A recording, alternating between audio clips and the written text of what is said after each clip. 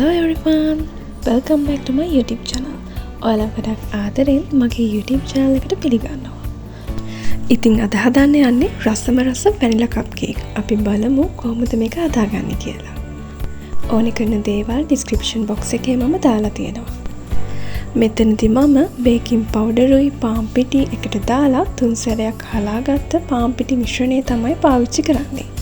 කප් cake 24ක ප්‍රමාණයක් bake කරගන්න පුළුවන් කිලෝ 1ක කප් කේක් බැටර් එකක් තමයි මම අද හදාගන්නේ. මුලින්ම හිස් බෝල් එකක් අරගෙන අපි ගත්ත බටර් ටික එකට එකතු කරගමු. මම මෙතනදී Astra fat spread එක තමයි පාවිච්චි කරේ. ඒ වගේම අපි පාවිච්චි කරන බටර් එක කාමර උෂ්ණත්වයේ තියෙන්න ඕනේ. ඉතින් කලින් කිව්වා වගේ මම පාවිච්චි කරන්නේ fat spread එක හින්දා සීනිත් මේකටම දාලා තමයි එකට බීට් කරගන්නේ. ඒත් ඔයා ගන්න බටර් එකක් නම් මුලින්ම විනාඩි 5ක් විතර බටර් එක ලා පාට වෙනකම් බීට් කරගන්න. ඊට පස්සේ සීනි එකතු කරලා ආයෙම බීට් කරගන්න ඕනේ.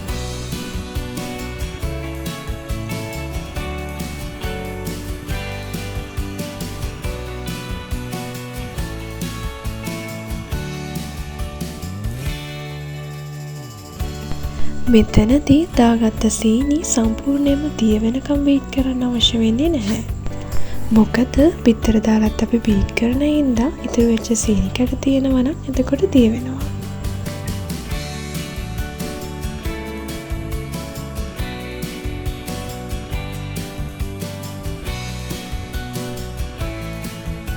ඔන්න දැන් නම් සීනි කැට ටික යන්තම් දුරකට දිය වෙලා තියෙන්නේ. ඒත් මම තව චුට්ටක් විතර මේක බීට් කරගන්නවා.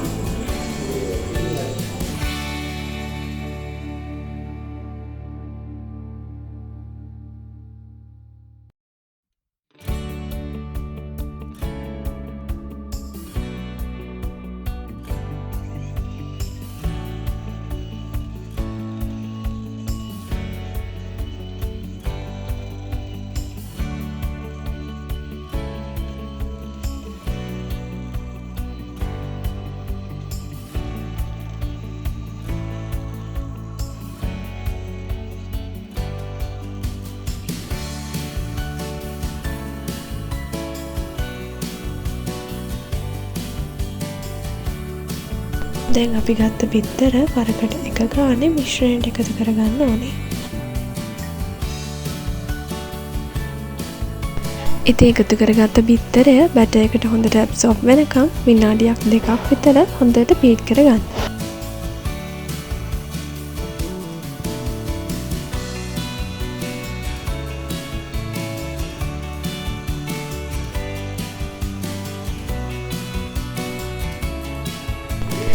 ඉතින් ගත්ත ඉතුරු බිත්තර ටික බැටර් එකට වෙන වෙනම දාගෙන හොඳට බීට් කරගන්න ඕනේ.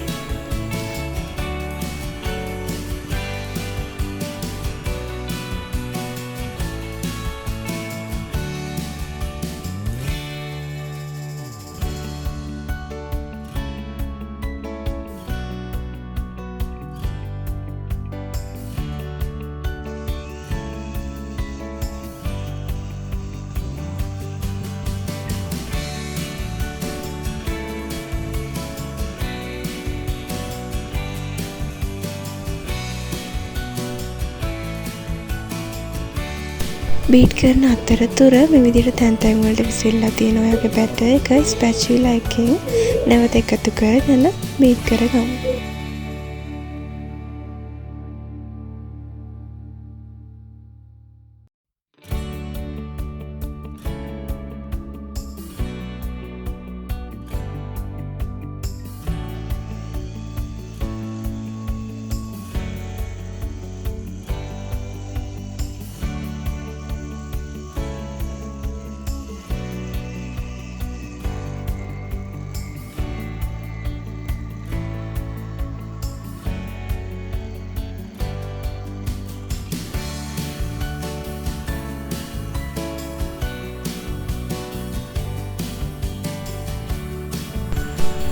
මේ අතරතුර ඔයාගේ oven එක 175ට විනාඩි 10ක් preheat වෙන්න දාන්න.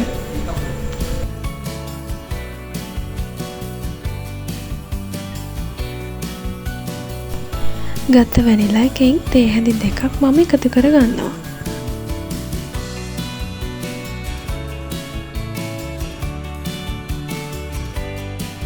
දැන් අපි ආයෙම හොඳට බැටර් එක බීට් කරගමු.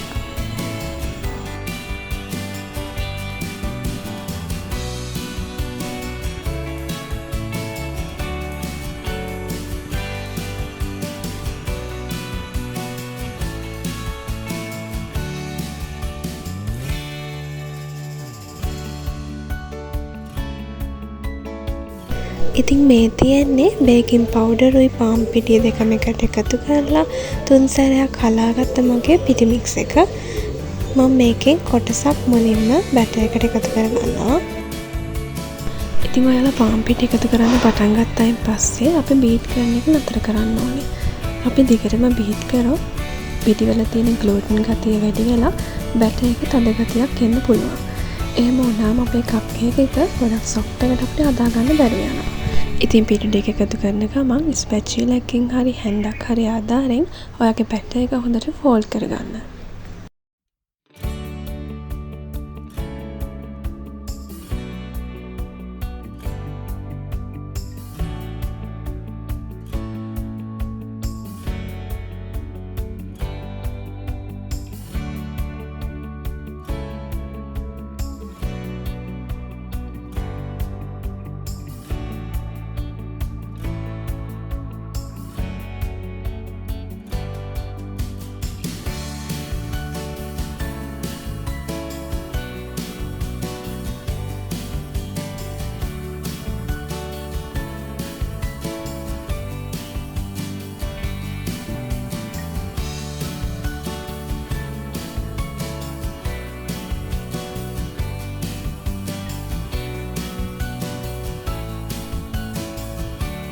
ඉතින් මේ විදියට කොටස් 3කින් ගත්ත පාම් පිටි ටික සේරම මම බැටර් එකට එකතු කරගත්තා.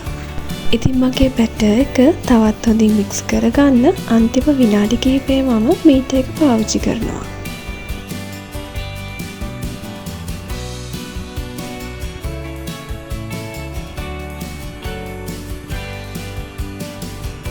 ඔන්න දැන් නම් හරි පදමට මගේ බැටර් එක බීට් වෙලා තියෙන්නේ.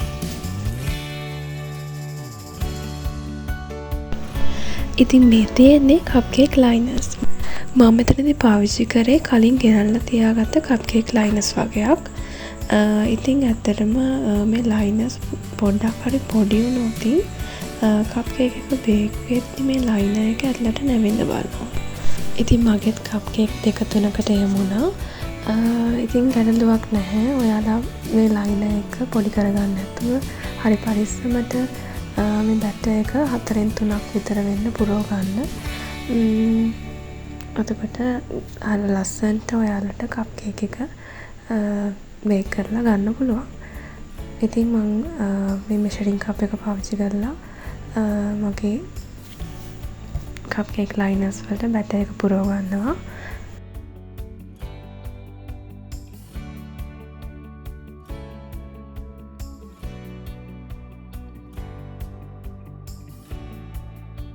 ඉතින් සෙන්සර් 175 විනාඩි 10ක් ප්‍රීහීට් වෙච්ච oven එකට ඒ උෂ්ණත්වය යටතේම විනාඩි 35ක් 40ක් විතර මේ කප් කේක් ටික බේක් කරගන්න ඕනේ. ඉතින් මේ තියෙන්නේ ඔන්න විනාඩි 40කට පස්සේ අපි ගෙදරදීම හදාගත්ත අපේ රසම රස වැනිලා කප් කේක් ටික. ඉතින් මේ වගේ හරිම ලස්සනට රසට ඔයාලට ලේසියෙන්ම ගෙදරදී වැනිලා කප් කේක් හදාගන්න පුළුවන්. ඉතින් ඔයාලත් මේක ගෙදරදී හදලා රස බලන්න. ඉතින් ඔයාලා මගේ වීඩියෝ එකට කැමති නම් මට ලයික් එකක් දාන්න. තවත් රසම රස රෙසිපි එකකින් ඊළඟ වීඩියෝ එකේදී හම්බ වෙන්නම්. එතකන් ඔයාලට සුබ දවසක්.